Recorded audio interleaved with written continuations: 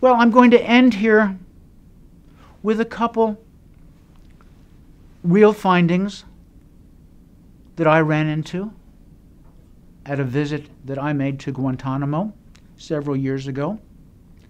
They illustrate some of the realities, but also a profound point that I'll shortly end on. The first notion is there was some concern of the prisoners there knowing the names of everyone there, the names of their guards. And I'll simply tell you where I went with that. I was thinking of these guards then after their tour of duty down in Guantanamo, coming home to their family, you name where, New York City perhaps again, or perhaps somewhere on a farm in Wyoming. And they're then with their wife or husband and several of their kids. How do they live the rest of their lives? Do they tell their wife or husband and their children that, look, when you're walking down the street in Manhattan or you're in the farm in Wyoming, look behind you. There are some people who've been prisoners at Guantanamo who said they know my name. They will get somehow, sooner or later, me and my family. Part of the reality that may put a tone on all these issues we've talked about. A second thing I'd like you to think about is the ongoing threats that exist in even getting killed at a place like Guantanamo, which of course is something that can exist at our civilian prisons here as well. In our military prisons, optimal care is given to prisoners. Examples would be that many prisoners at Guantanamo get better treatment than some of the civilians in our own country. They are, for example, all given toothbrushes. Well, in a prison, can you make a toothbrush into a lethal weapon? The answer is obvious, no doubt. Of course, you can file it down and make it into a knife-type object which can kill. Well, as a psychiatrist, I was particularly interested in the care that was offered to prisoners for their emotional problems. And I was interested specifically in the question of if a prisoner were depressed, could he respond with the help of a psychiatrist, psychologist, social worker, or a counselor?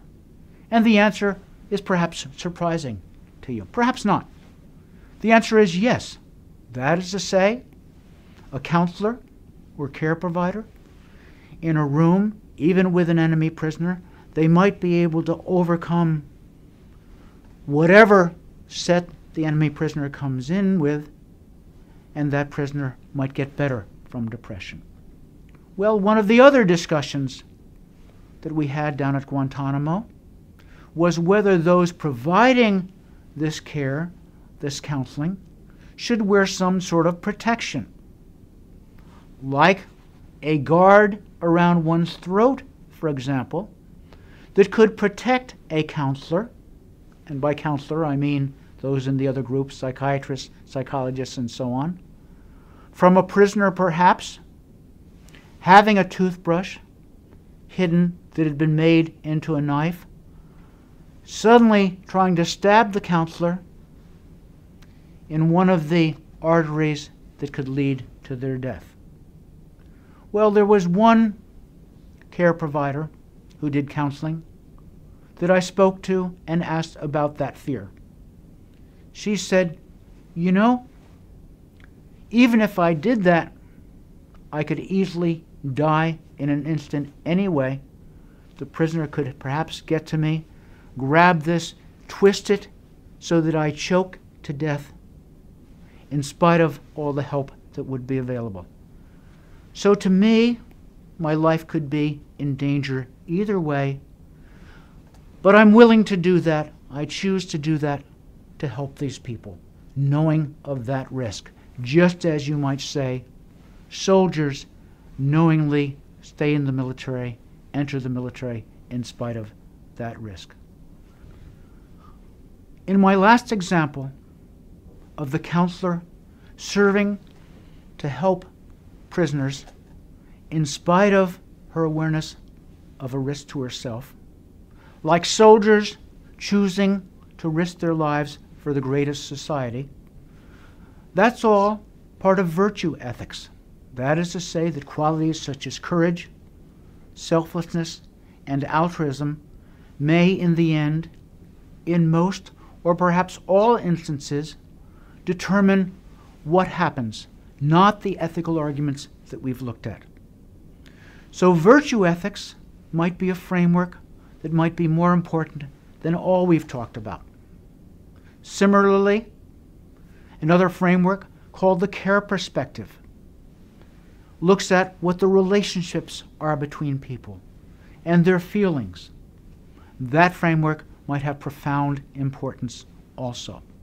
So as we conclude our discussion of how ethical principles may come in conflict here and how we may look at them, we should keep in mind that that discussion may exist in part because we can use abstract principles to discuss those concepts, whereas they might get much more mushy when we're talking about virtue ethics and the care perspective.